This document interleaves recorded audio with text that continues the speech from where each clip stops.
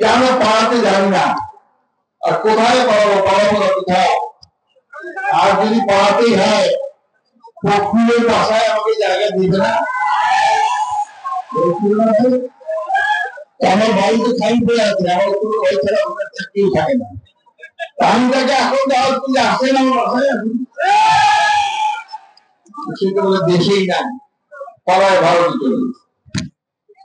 বন্ধুগণ, এমন খারাপ কাজ করেছে, মানুষের চোখে এত ঘৃণিত যে এখন দেশে থাকার মতো অবস্থা তাদের না। ওইখান থেকে শেখ হাসিনা ভারত থেকে মাঝে মাঝে বলেন যে আমি আসতেছি,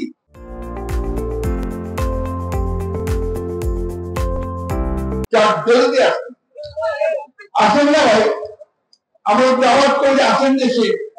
দেশে যে সমস্ত মানুষকে হত্যা করেছেন, শিশুদেরকে হত্যা করেছেন, মহিলাদেরকে হত্যা করেছেন, তাদের মামলাগুলো দয়া করে ফেস করেন। আমাদের নেত্রী খালেদা জিয়া তো প্রত্যেকটি মামলা ফেস করেছে, দেশ চলে চলে যায়নি। 6 বছর 6-7 বছর কারাগারের মধ্যে তাকে ওই কারাগারে বন্দী করা হয়েছে, যার ফলে অসুস্থ, এখনো অসুস্থ। আমরা ছাত্র জনতার আন্দোলনের মধ্যে দিয়ে তাকে মুক্ত করেছি, কিন্তু তাকে প্রায় হাসপাতালে আসতেছি, কারণ তিনি এসেছেন আজকে বলে বাসায় সব তৈরি করে রেখেছিল এই আওয়ামী লীগ আমাদের দেশে। গণতন্ত্রের কথা আমরা বলছি, আমরা গণতন্ত্র চাই। আমরা চাই যে আমাদের ভোটের মাধ্যমে আমাদের সরকার নির্বাচিত হোক, তাই না? ভোট হওয়া কি বাড়ি রাজনীতি ভোট দিয়েছে, বলেন না ভোট দিতে, ভোট নিয়ে চলে যায়, ঠিক না? একটি পরিবারের লোকেরা তার সব একসাথে হয় করে না ভাই, তাই না?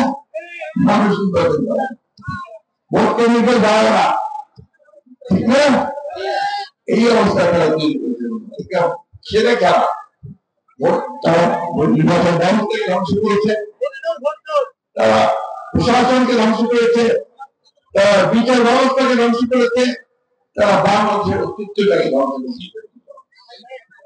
এই জন্যই এই 17 বছরের পুঞ্জীভূত ক্ষোভ, মানুষের বুকের মধ্যে যে যন্ত্রণা, বেদনা, হতাশা, সবকিছুই যে বহিঃপ্রকাশ হলো এই জুলাই আগস্টে, তাই না?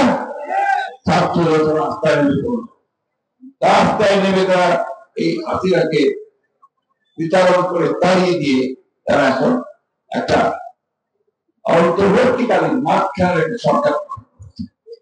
এই সরকারের কাজ কি?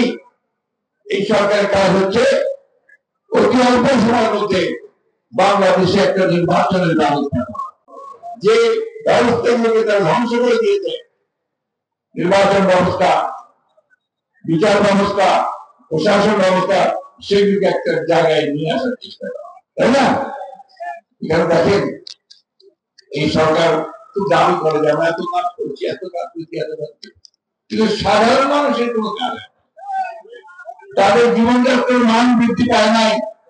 আমাদের কৃষক ভাই কিন্তু তার ফসলের ন্যায্য মূল্যটা পায় না, জিনিসপত্রের দাম এমন বাড়তেছে হাত দেওয়া যায় না, তাই না?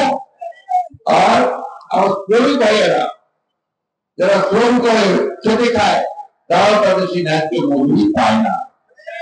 এই অবস্থা তৈরি করেছিল আমি। আজকে সেই জায়গা থেকে এটাকে ফিরিয়ে আনার চেষ্টা করা হচ্ছে। অন্তর্বর্তীকালীন সরকার তারা ঘোষণা দিয়েছে যে তারা এই সংস্কারগুলো করে তারা নির্বাচন করবে। আমরা মনে করি নির্বাচন করতেই হবে এবং এই সরকারকে আমাদের সব সময় সহযোগিতা করতে হবে। আমরা এই সরকারকে যে সরকার তাকে আমরা সমর্থন দিচ্ছি, এই জন্য দিচ্ছি যে আমরা পরিবর্তন করতে চাই।